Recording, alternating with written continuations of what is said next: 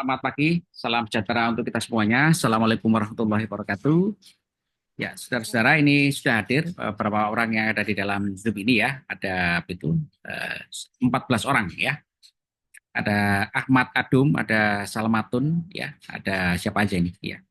Ada Nugraha, ada Adit, ada Gio, ada Gani, ada Kusuma Erma, ada Rastra, ada Iqbal, ada Mukromin, ada Mustalifah, ada Nanda, ada Pratiwi, ada Untari ya. Selamat bergabung dalam kelanjutan materi kelas ini ya di dalam big data ya dan bisnis. Saudara-saudara, dalam pertemuan kita hari ini kita akan melihat contoh-contoh daripada bentuk data ya, contoh-contoh bentuk data dan representasinya ya.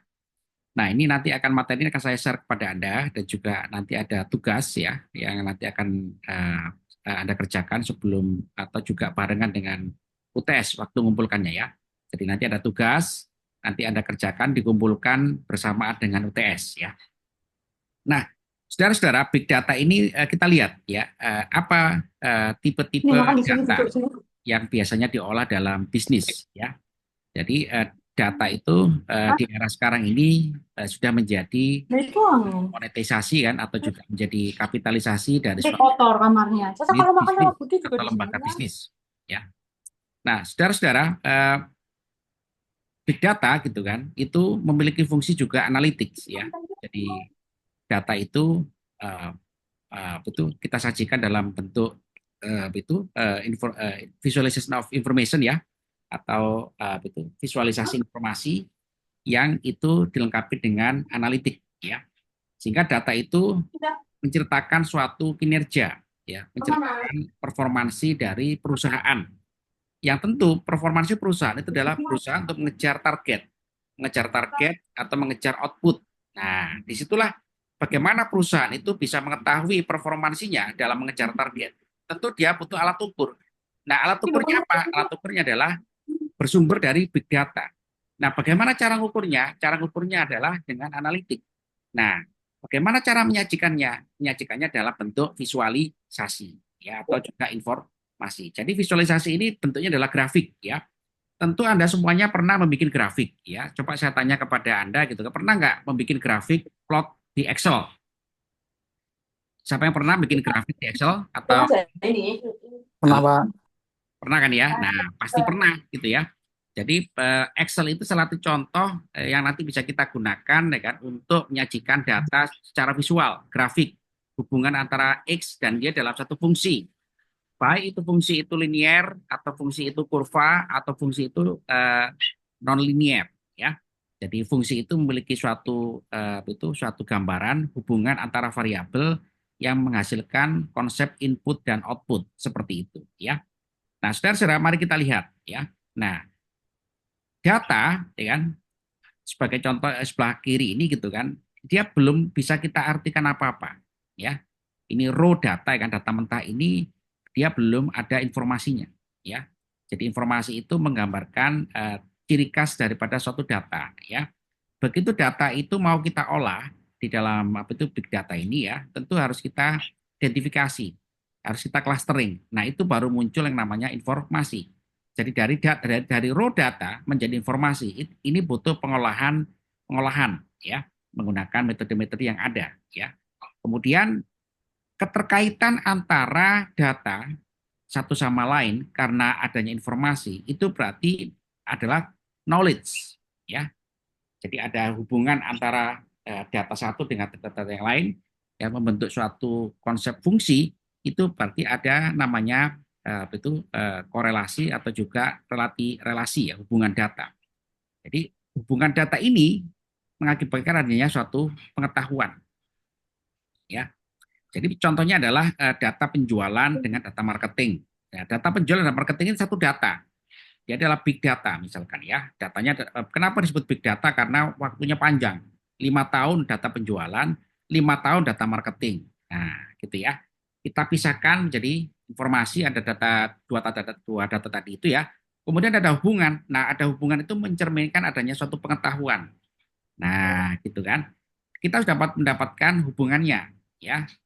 Berarti ada suatu pengetahuan. Di situ yang kita nyatakan hubungan antara data penjualan dari suatu perusahaan dengan data marketing, ya. Nah, dari situ kita bisa mendapatkan insight. Loh, seharusnya ini ada peningkatan, seharusnya ini ada penurunan, seharusnya ini ada seperti itu, ada tambahan-tambahan. Nah, itu adalah insight, ide dan gagasan akibat analisis data yang kita lihat dari knowledge, ya. Jadi insight ini adalah bisa kita katakan sebagai gagasan atau inovasi yang muncul karena kita melihat suatu hubungan data atau knowledge, pengetahuan. Dari situ, saudara-saudara, maka Anda sudah bisa mendapatkan gagasan atau ide, berarti gagasan ide ini bisa dikembangkan menjadi suatu pola yang lebih optimal. Nah, itu adalah wisdom. Nah, ini adalah pengertian ini diambilkan dari David Somerville, ya, di dalam Ya materinya udah dari nonton aja aja ya. McCloud, ya. Nah, coba kita lihat tipe data, ya. Tipe data itu pasti kuantitatif sama kualitatif, ya. Tipe data itu yang kuantitatif adalah data Bisa yang apa? data yang bisa bentar ya. Ini benar.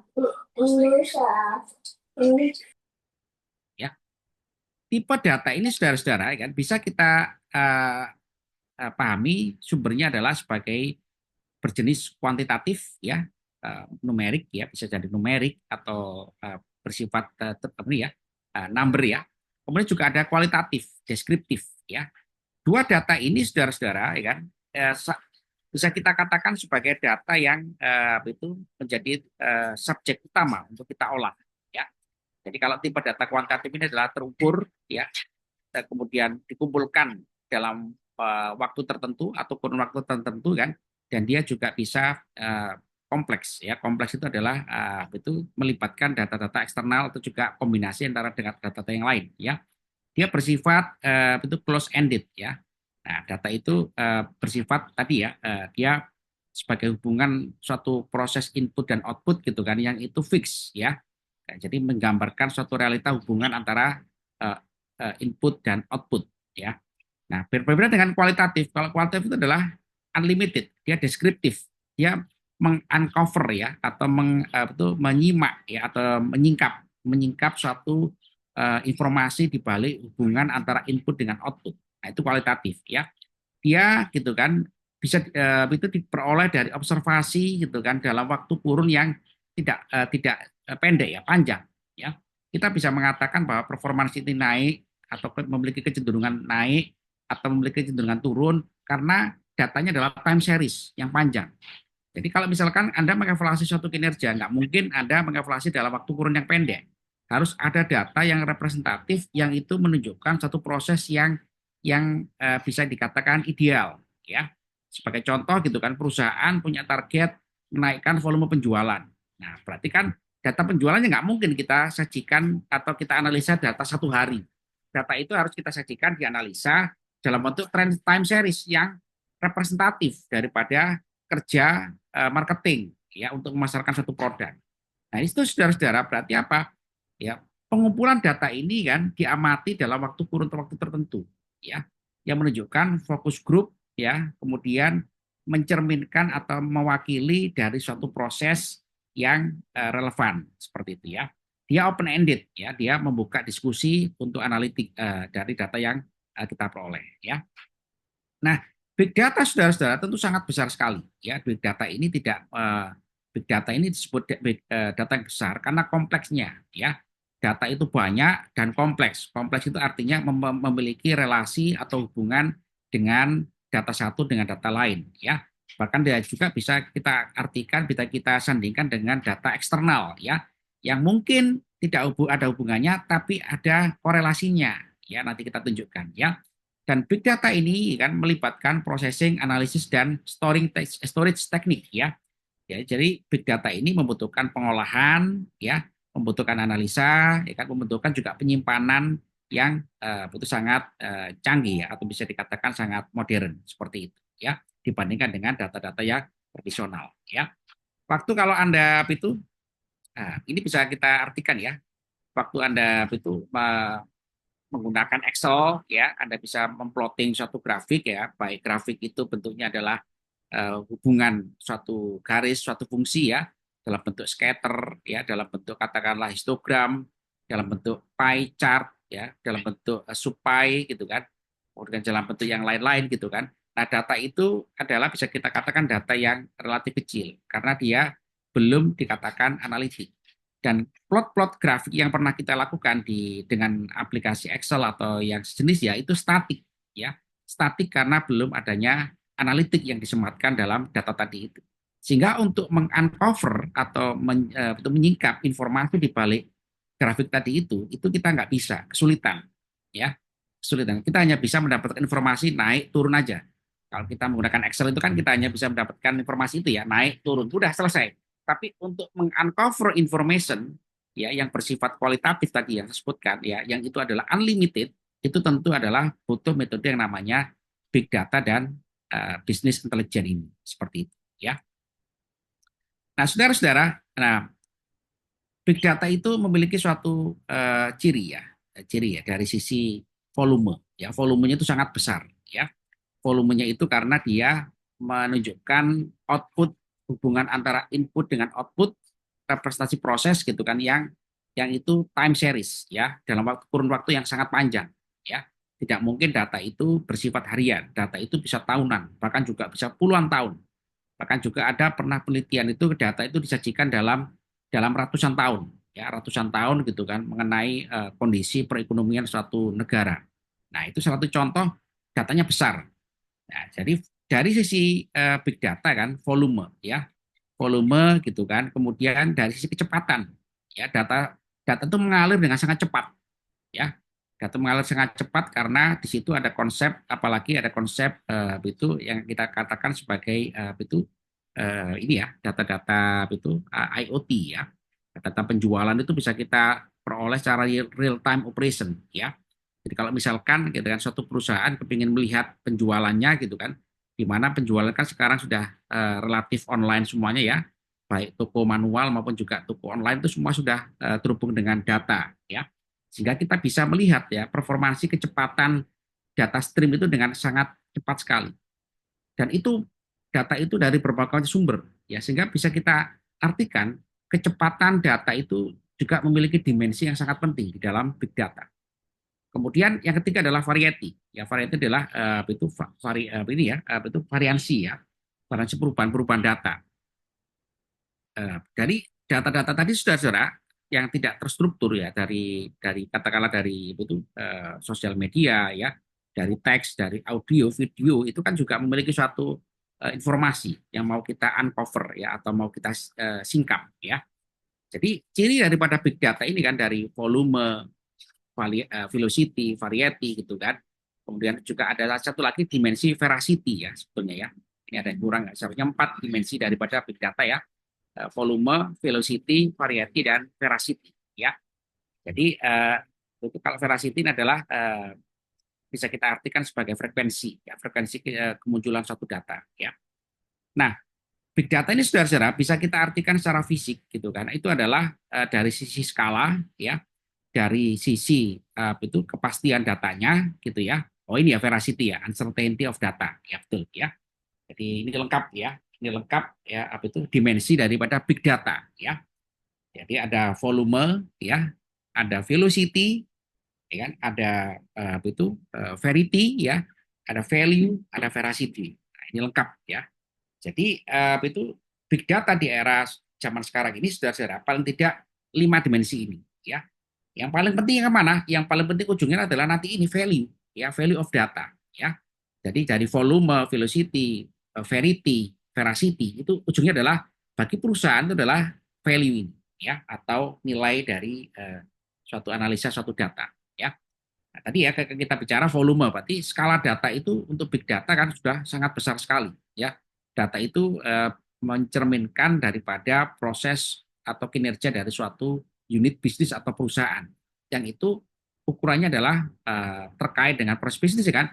Di situ ada katakanlah supply engine, ada distributor, ada toko, ada macam-macam kan sampai ngeling dengan digital marketing, ngeling juga dengan unit produksi gitu kan. Itu data itu sudah besar sekali ya. Bahkan juga data itu dari berbagai macam lokasi. Location awareness-nya juga muncul. Data dari negara ini, negara itu gitu kan. Sebagai contoh gitu kan, pabrik yang atau perusahaan yang multinasional. Perusahaan multinasional tentu saudara-saudara kita tahu bahwasanya dia juga dia memiliki headquarter ya. Suatu perusahaan multinasional itu pasti memiliki pusatnya ya di suatu negara. Sementara produksinya ada di negara lain, penjualannya ada berbagai macam negara. Berarti kan semua ini data ini adalah juga tidak bisa disamaratakan. Data ini harus memiliki suatu informasi, ada data dari negara satu, ada data dari negara dua. Nah, itu kan berarti kan data itu kompleks ya. Data hanya katakanlah untuk penjualan saja gitu kan, itu dari berbagai macam negara ya. Kemudian data setiap penjualan setiap negara ini berbeda-beda ya, dari sisi volumenya juga berbeda-beda. Nah, itulah yang kita sebut sebagai big data ya. Kemudian dari sisi kecepatan tentu juga sama ya. Kecepatan kita memperoleh data itu dari semua negara ini pasti berbeda-beda di headquarternya gitu ya. Kemudian bentuk-bentuk datanya juga berbeda-beda ya. Ada yang kemarin saya jelaskan terstruktur, ada juga ada yang tidak terstruktur ya. Jadi data yang tidak terstruktur adalah data-data dari internet ya yang relatif datanya adalah merupakan representasi data kompleks multimedia ya. Data dari sentiment analysis dari sosial media gitu ya. Data marketing dari konsep sosial media gitu ya. Data-data yang katakanlah bersifat teks ya yang relatif itu bisa itu butuh metode untuk mengkuantisasinya secara number atau numerik. Kemudian value data. Nah, ini ya. Sorry, maaf saya skip dulu ya. Veracity ya, uncertainty of data ya, frekuensi kemunculan suatu data. Ini juga sangat penting ya veracity ya. Jadi ini adalah perbandingan antara itu velocity dan veracity ini nanti ada hubungan ya.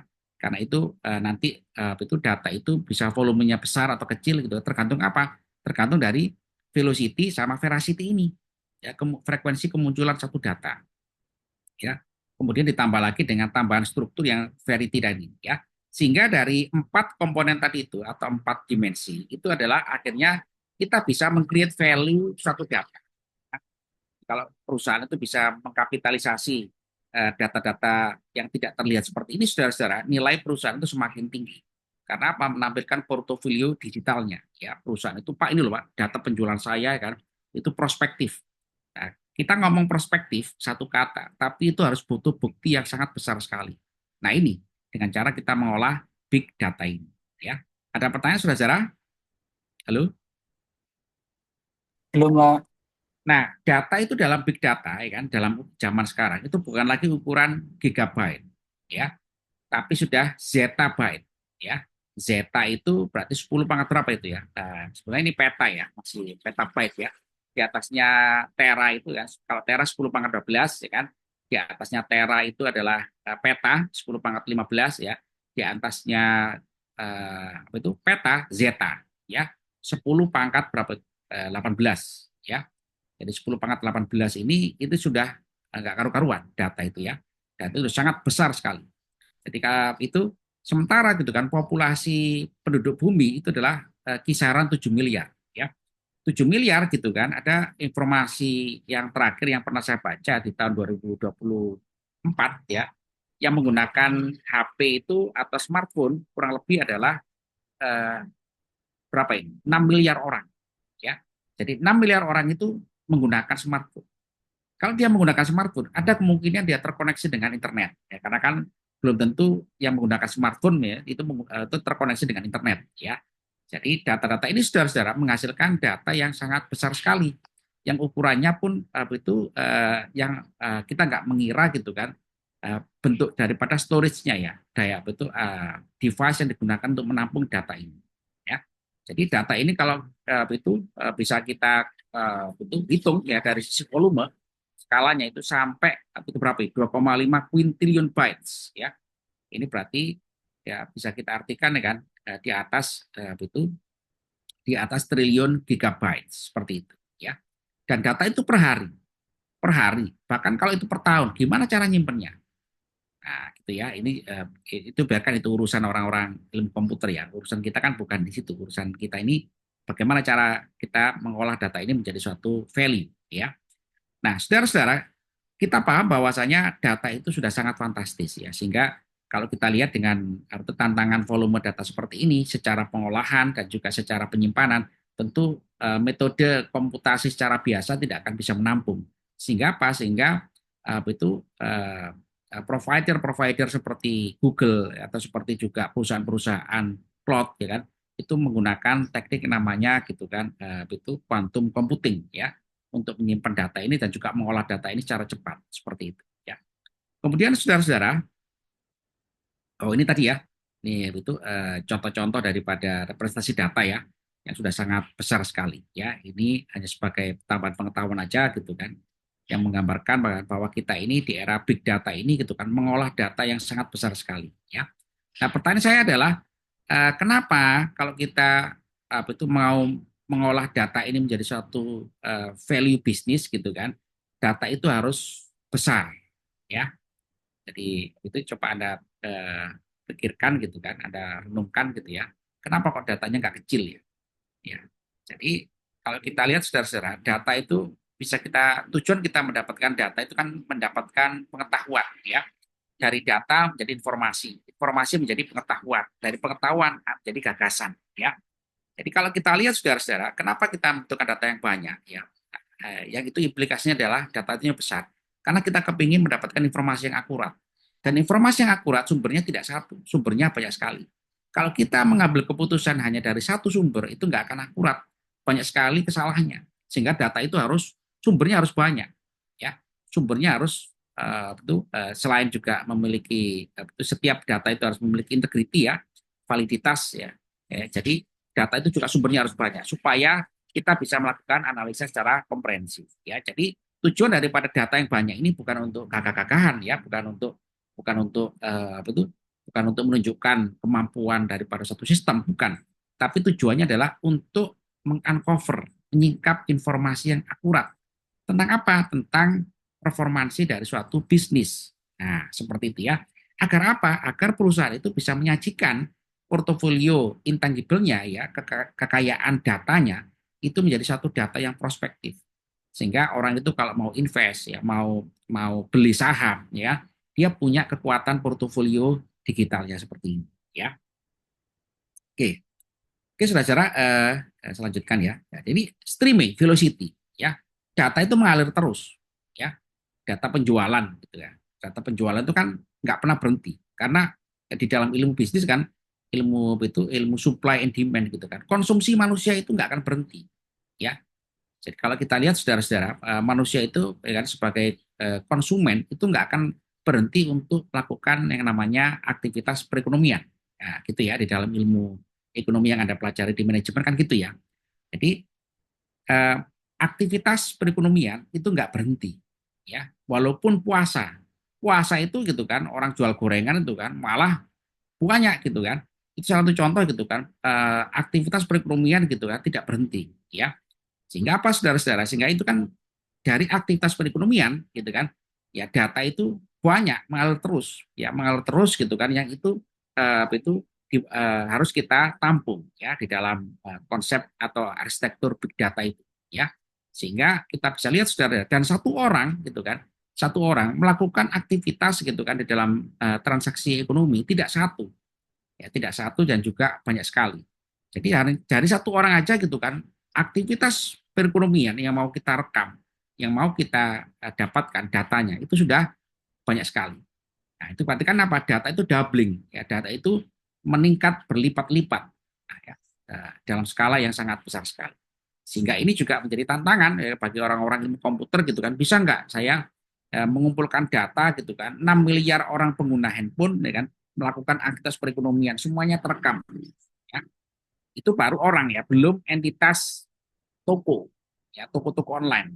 Toko online di dunia ini, ya kalau kita kalau kita inventarisir saudara-saudara pasti banyak sekali ya banyak sekali yang aktivitasnya adalah melayani konsumen melayani kita nah itu juga banyak sekali ya jadi data itu di daerah sekarang saudara-saudara sudah sangat sangat sangat fantastis seperti itu ya sehingga dari situ gitu kan muncul konsep gitu kan dimensi big data itu adalah velocity ya seperti itu.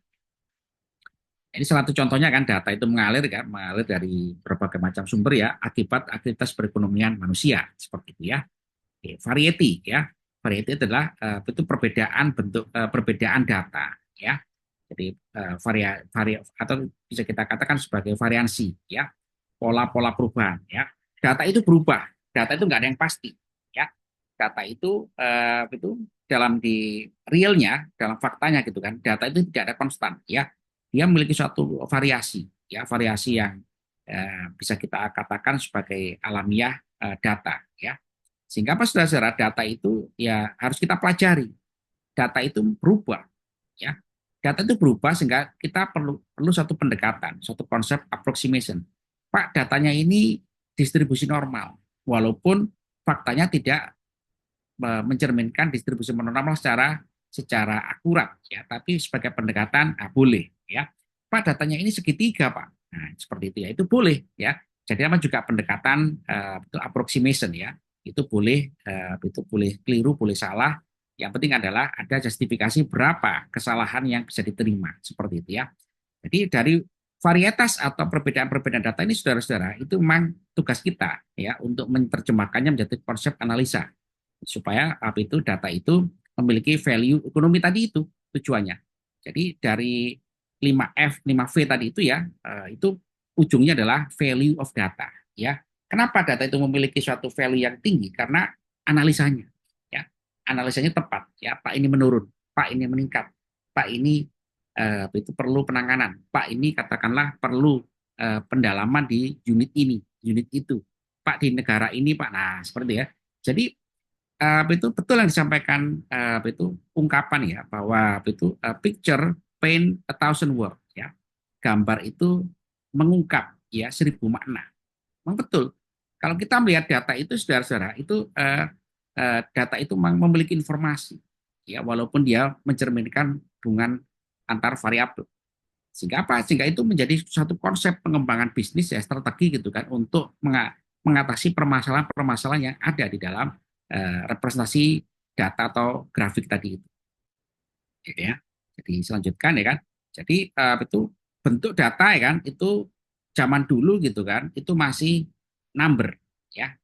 Permasalahannya adalah di era zaman ini, saudara, data itu tidak number, tapi sudah kompleks.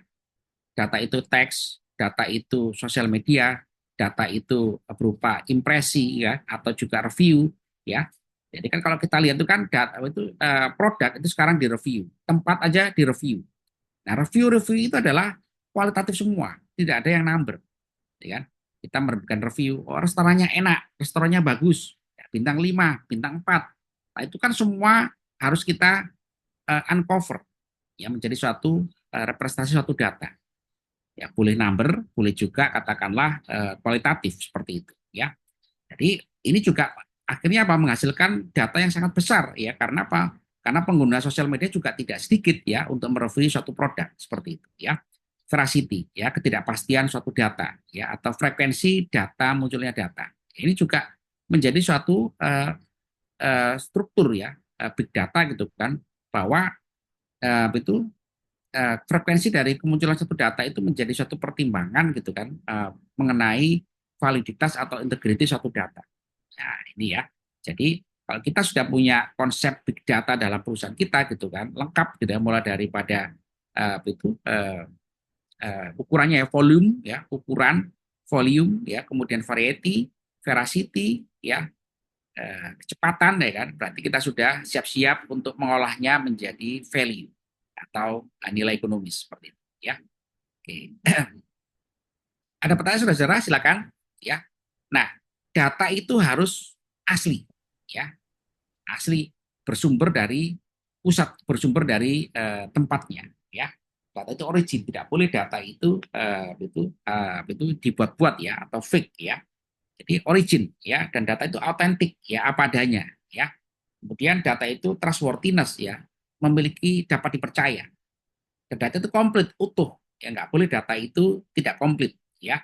Sebagai contoh adalah orang mereview suatu produk, ya, dengan ungkapan teks itu kan, itu butuh ilmu yang sangat bagus gitu kan, untuk mengungkap sentimen dari suatu produk.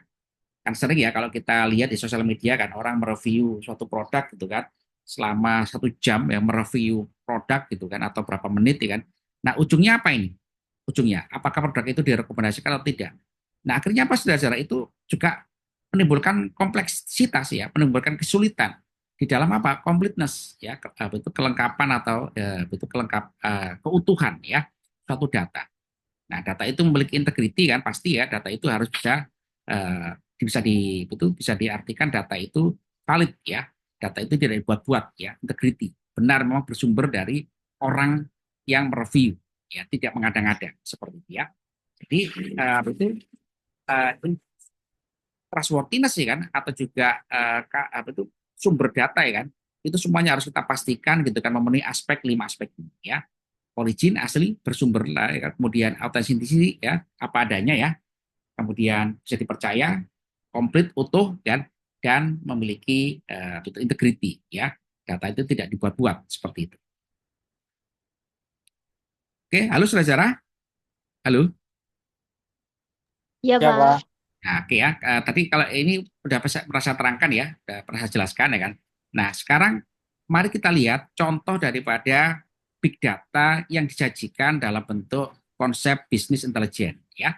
Karena tadi kan saya jelaskan bahwa Pak ujungnya kita ngolah big data itu kemana ujungnya? Ujungnya kan kita mau di sini kan, kita itu mau mendapatkan value ya.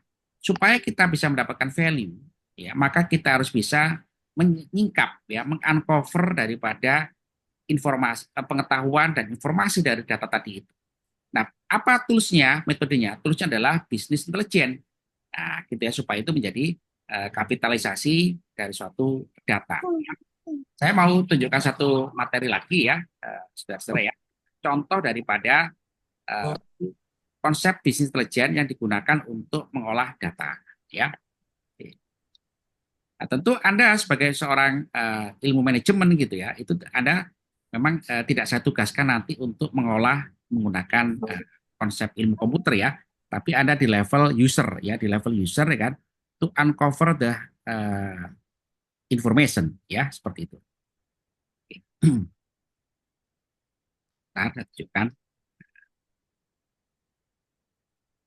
karena ini. Oke, ya.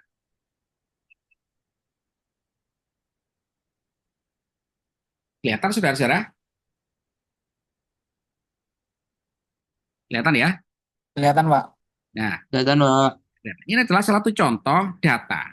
Ya, tentu data itu kita semua paham kan, data itu dalam bentuk tabel ya, Excel. Ya, semua data itu kan sekarang ini lebih enak, udah kelihatan data itu Excel. Ya, Excel ini saudara-saudara, data Excel ini gitu kan, mau kita visualisasikan, ya, mau kita olah, ya, dengan software-software yang biasa digunakan untuk bisnis intelijen, ya, untuk kecerdasan bisnis, ya, dari big data. Jadi Excel itu adalah contoh big datanya, ya, contoh big data ya, yang itu datanya time series, ya, datanya juga mungkin bisa diartikan itu ada awareness location, ya, data itu juga mungkin betul dari sosial media yang mengenai impresi suatu produk. Nah, data ini bisa kita olah, ya, kalau dengan Excel kan statis ya, kita hanya dapat grafiknya, ya, dapat grafiknya. Jadi data itu belum menunjukkan analitiknya, dia hanya menunjukkan suatu pola atau tren, ya. Data atau suatu pola-pola tren itu belum mengungkap yang namanya pengetahuan. Nah, inilah tugas kita gitu kan untuk mencari gitu kan suatu metode gitu kan untuk dapat menyajikan konsep analitiknya ya. Sebagai contoh adalah data yang itu sebelah kanan ini ya. Ini ada data dalam bentuk histogram ya, histogram atau bar chart ya, yang seperti gunung ya, seperti tumpeng ini. Orang mengatakan Pak, ya kan, orang statistik mengatakan Pak ini adalah distribusinya Gaussian atau normal, ya, distribusi normal. Orang lain mengatakan Pak ini segitiga. Nah itu boleh-boleh saja ya, sah-sah saja kan, asalkan adalah harus ada penjelasannya. Ya supaya apa? Supaya kalau distribusi normal berarti kan apa Pak? Ini bisa diterjemahkan bahwa ya distribusi barang itu sesuai ya. Pak supply and chain itu berjalan dengan baik. Nah, gitu ya. Yang grafik kanan, Pak grafik kanan ini meningkat volume penjualan, tapi kok ada scattering di sekitar kurun waktu tertentu. Kenapa ini terjadi? Nah, itulah informasi ya. Itu adalah mohon maaf pengetahuan ya. Kenapa kok terjadi peningkatan? Kenapa kok terjadi penyimpangan? Ya, seperti ini. Ya, belum lagi yang seperti ini. Ini adalah tugasnya kita. Ya, Anda bertugas untuk mencari informasi mohon maaf, Anda mencari pengetahuan dari informasi. Ya, Karena tadi kan urutannya adalah kita mendapatkan data mentah. Data mentah itu menjadi informasi, ya. Dari informasi kita mendapatkan pengetahuan. Nah, Anda di mana? Anda di level menerjemahkan ya informasi dan pengetahuan, ya, dari data-data yang diolah. Tentu Anda kan kesulitan kalau ngolah ini ya, pasti butuh yang namanya software, ya, seperti itu. Jadi data-data ini seperti saudara kan itu sangat penting, ya.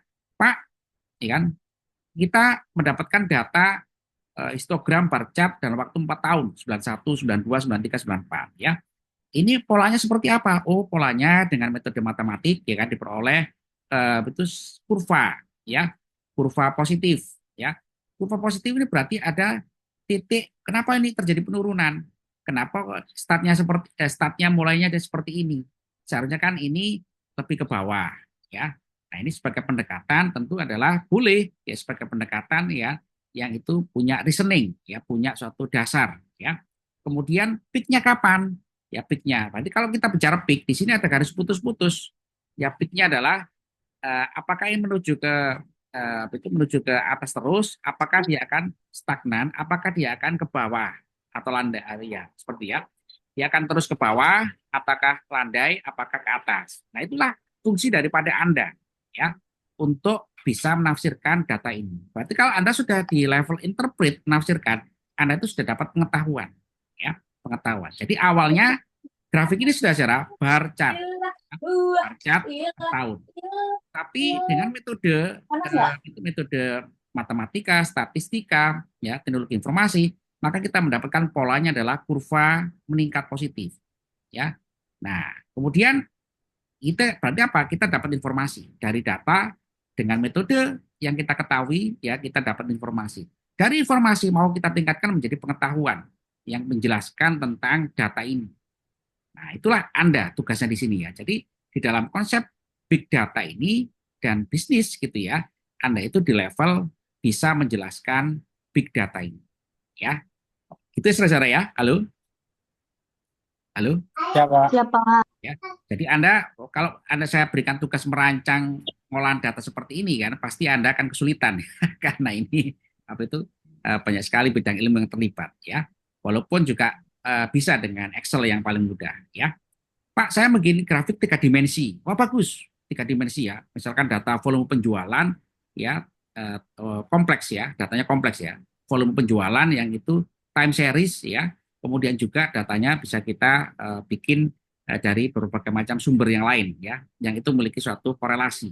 Berarti datanya 3 dimensi. Nah, data 3 dimensi ini sudah secara itu kita sudah bisa mendesain informasinya ya, kemudian bisa mendapatkan pengetahuannya ya.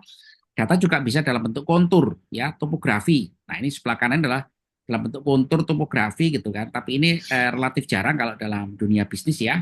Dunia bisnis ini relatif jarang sekali walaupun ini juga sangat powerful ya digunakan ya.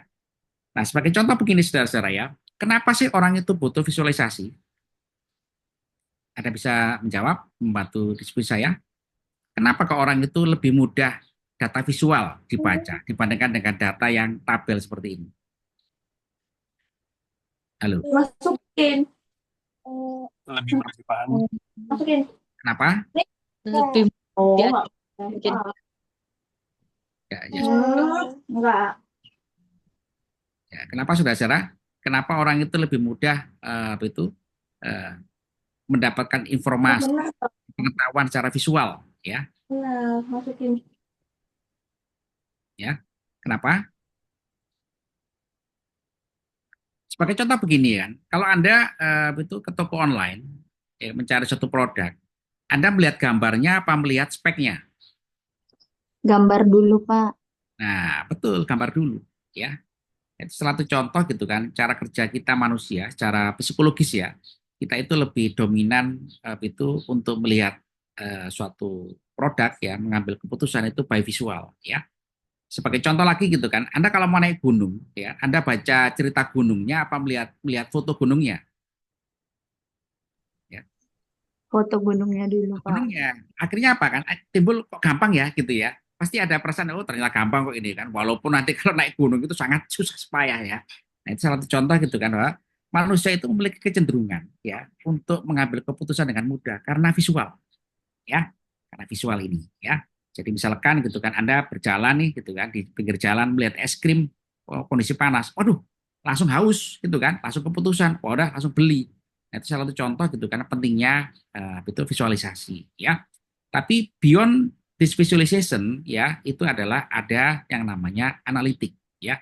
Nah inilah analitik ini yang mau kita perdalam ya. Jadi dalam mata kuliah kita ini gitu kan, saya mau menekankan kemampuan analitiknya ya untuk bisa menafsirkan data yang data itu merupakan representasi atau mencerminkan atau merefleksikan atau mewakili kinerja dari suatu unit bisnis. Nah, seperti itu ya. Saya berikan contoh lagi, saudara-saudara ya. Oke. Kalau tadi adalah grafik tiga dimensi. Nah, Pak, grafik itu kan kompleks ya. Bagus ya. Tadi saya contohkan gitu kan data grafik mengenai headquarter ya dari suatu perusahaan multinasional ya. Berarti kan dia memiliki data dari berbagai negara. Nah, data berbagai negara ini kan berarti apa? Ya, Anda bisa menampilkan data itu secara information visualization itu menggunakan yang namanya data spasial. Data dari itu peta peta dari suatu negara, ya, atau juga peta dari berbagai macam negara. Sehingga data-data spasial ini saudara-saudara sangat lengkap sama komprehensif, ya. Berbeda kalau data itu hanya timbul dalam data chart, ya, dalam data chart ya satu data itu satu grafik, ya kan, itu ada berbagai macam negara. Anda bisa bayangkan itu, ya. Data itu kalau disajikan dalam grafik gitu kan, ada 160 negara dalam satu grafik. Pasti pusing bacanya, ya. Pasti pusing. Ya, walaupun manusia itu lebih cenderung visual, tapi visual yang mudah. Ya, saya tanya lagi, Anda suka lihat gambar yang indah-indah apa gambar yang ruwet? Halo. Yang Ya, Pak. Yang Yang indah-indah, Pak. Nah, yang indah-indah kan? Yang indah ini maksud saya gambar pemandangan ya, jangan diartikan yang lain gitu ya.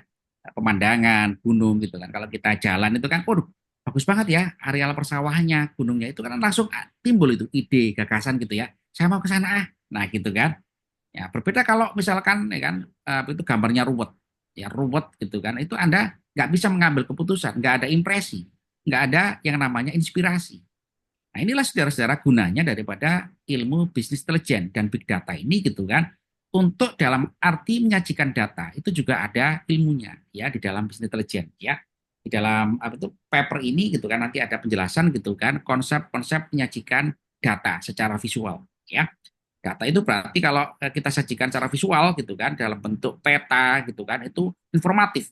Begitu kita ngeklik peta muncul gitu kan muncul yang namanya informasi-informasi terkait dengan kinerja dari suatu proses bisnis ya data penjualan di satu negara, data marketingnya, data itu katakanlah supply engine-nya di sana, data distributornya, data-data data-data penilaian dari konsumen gitu kan, data-data tingkat kepuasan konsumen. Data itu kompleks ya. Satu titik spasial suatu negara, tapi data itu kompleks sekali. Nah, itu berarti apa? Kaya informasi. Sehingga apa? Sehingga itu memudahkan manajemen dalam dalam mendapatkan pengetahuan. Oh, negara ini penjualan menurun. Kenapa menurun? Nah, dia harus mencari informasi itu. Bagaimana marketing di sana? Itu kan gitu ya. Kalau menurun, apa yang terjadi dengan marketing di sana? Suplainya bagus dari unit produksi. Marketing bagaimana di sana? Wah, dia klik muncul marketingnya. Dia klik lain muncul kepuasan konsumennya. Sehingga dia bisa mengambil keputusan hubungan-hubungan antara variabel-variabel yang kompleks tadi itu. Produksi, penjualan, supply engine, distributor, gitu kan, toko online, kemudian penilaian konsumen, ya, kemudian penurun. Nah, dia mendapatkan pengetahuan. Kalau dia mendapatkan pengetahuan, berarti dia bisa mengambil strategi. Itu ya saudara-saudara ya. Jadi data itulah pentingnya data visualisasi ini. Nah, Anda saudara-saudara di level interpret ya saya harapkan ya bisa menafsirkan informasi itu berdasarkan ilmu bisnis Anda. Nah, gitu saudara-saudara ya. Jadi saya tidak membebani Anda, Pak harus merancang data seperti ini, Pak. Wah, ini saudara kan ini bertahun-tahun saudara kalau merancang data seperti ini ya ilmunya ya. Bertahun-tahun dan mungkin kesulitan bagi nanti Anda ya, seperti itu ya. Halo, paham saudara ya? paham Pak. Ya, Pak. Paham ya? Lanjut, Pak. Oke, jadi itu ini salah satu contoh ya mengenai tools yang digunakan untuk merancang itu bisnis intelijen berbasis big data tadi itu ya. Nah, ini nanti akan ada tugas untuk Anda ya. Anda nanti saya tugasi mencari contoh visualisasi data yang kompleks gitu kan, yang mencerminkan proses dari suatu bisnis ya, data tadi itu ya. Bisa kira-kira saudara mencari data Baik, Pak. internet ya. Insya Allah, Pak. Ya, Biasanya Pak. itu sumbernya adalah Power BI ya, Power BI, Tableau gitu ya. Google Studio itu ada contoh-contoh data yang kompleks gitu kan, yang itu mencerminkan daripada suatu proses bisnis ya. Sehingga kalau Anda sering melihat data ini ya, data itu saham ya, trading itu kan naik turun itu ya, naik turun ya. Nah, itu salah satu contoh daripada representasi big data menjadi bisnis intelijen ya, yang secara menampilkan konsep information visualization ya, seperti itu. Sehingga kalau kita ngeklik ya kan itu, tapi dari data itu sudah ada yang bergerak terus tadi itu kan, itu masih belum lengkap ya. Karena konsepnya big data dan bisnis intelijen ini adalah konsepnya dalam menyajikan informasi secara accurate ya, naik turun, naik. Kita itu intinya kalau melihat grafik itu kan naik turun gitu aja ya. Tapi cenderung naik, apakah cenderung turun? Nah, itu belum bisa menjawab yang kita lihat di trading, kecuali di ini ya, aplikasi robot untuk menganalisa trading. Nah, itu sudah mulai itu bisnis intelijen dan big data. Dia mulai menganalisa dan memulai predik kan gitu ya, sampai menghasilkan rekomendasi, silakan beli ini cenderung naik, ini cenderung bagus. Nah, itu sudah contoh daripada itu bisnis big data dan bisnis intelijen. Demikian saudara untuk materi kita hari ini. Silakan ada pertanyaan. Pak, untuk mengumpulkan tugasnya nanti di mana? Di kolom tugas. Nanti saya bikin kolom tugas, itu forum tugas, nanti Anda ngumpulkan di situ ya. Oke, siap. Jadi Ya, tugas Pak. Anda mencari contoh grafik yang itu adalah merupakan representasi daripada big data dan bisnis intelijen. Tugas Anda adalah menjelaskan informasi yang ada di situ. Ya, memang ini agak sedikit ini ya, agak sedikit tapi itu mengandai-andai ya, tapi ya itu memberikan satu imajinasi. Tapi bebas saja ya. Anda bisa menjelaskan kan, Pak ini data penjualan dari suatu perusahaan dalam kurun 10 tahun gitu ya. Kurun waktu 10 tahun ya kan, terjadi up and down. Nah, ceritakan aja, mengalir aja, menceritakan mengalir. Jadi saya tidak meminta akurasi ya, tapi Anda mencoba menceritakan, telling a story gitu kan about suatu grafik. Ya, itu ya, saudara ya. Halo, Siap, Pak. Siapa? itu ya. Siapa? Jadi ceritanya Pak, nanya, Pak. ya, Halo, Pak. ya, Untuk tugasnya itu berarti datanya bebas, Pak, ya? Tentang apa bebas, aja bisa, Pak, ya? bebas ya. Data penjualan gorengan, yang penting datanya tren ya. Data gorengan di kampung boleh gitu. Pak, ini penjual pecel Pak, ada datanya Pak, 10 tahun. Nah, gitu ya. Berarti kan Baik, kalau Pak. misalkan Anda menjelaskan Pak, datanya ini naik turun kan, itu ada penyebabnya. Entah karena pecelnya, entah karena airnya, apa saja ya. Jadi saya berikan kebebasan bagi Anda untuk berusaha untuk menjelaskan proses bisnisnya. Sehingga nanti dari situ ketemu ya informasi yang akan disimak atau disingkat ya. Demikian saudara ya. Siap, Pak. Ya, Pak. Siap. Terima kasih, Pak. Ya, oke ya, saya akhiri cukup sekian ya. Satu lagi, Pak. Silakan. Untuk absensinya belum ini, Pak, ya? Belum di-update, Pak, Oh ya? ya, belum ya. Absensi gitu kan, itu masih belum saya rekap ya. Jadi Anda jangan khawatir ya. Kuliah di Unsia ini ya kan fleksibel ya. Jadi absensi itu yang penting Anda aktif, Anda itu otomatis ya, syaratkan otomatis. Jadi Anda jangan khawatir ya, gitu. Baik, Pak. Terima Terima kasih, kasih, Pak. Pak. Ya, Izin, Pak. Izin, iya, Pak. silakan. Maaf, Pak. Satu lagi, Pak. Iya. Untuk yang tugas tadi, pengambilan datanya ada batasan waktu nggak ya, Pak? Maksudnya UTS ya. misal 5 tahun yang lalu atau... Oh ya, ya, batasan waktu ya, bebas ya. Carikan contoh-contoh data yang kompleks gitu kan, yang menunjukkan kinerja dari suatu perusahaan, bebas ya. Jadi kalau datanya panjang berarti kan Anda bisa bercerita banyak itu ya. Jadi Anda Baik, makasih, Pak. berusaha untuk menjelaskan atau menceritakan datanya ya terkait dengan proses bisnis ya gitu. Itu Siap, Pak. oke, bebas ya. Oke, Pak. Oke, ya, terima kasih atas waktunya. Selamat beraktivitas ya, dan kita ketemu lagi minggu depan ya. Salam sejahtera untuk kita semuanya. Assalamualaikum warahmatullahi wabarakatuh. Waalaikumsalam. Waalaikumsalam warahmatullahi Waalaikumsalam wabarakatuh. warahmatullahi Terima kasih. wabarakatuh.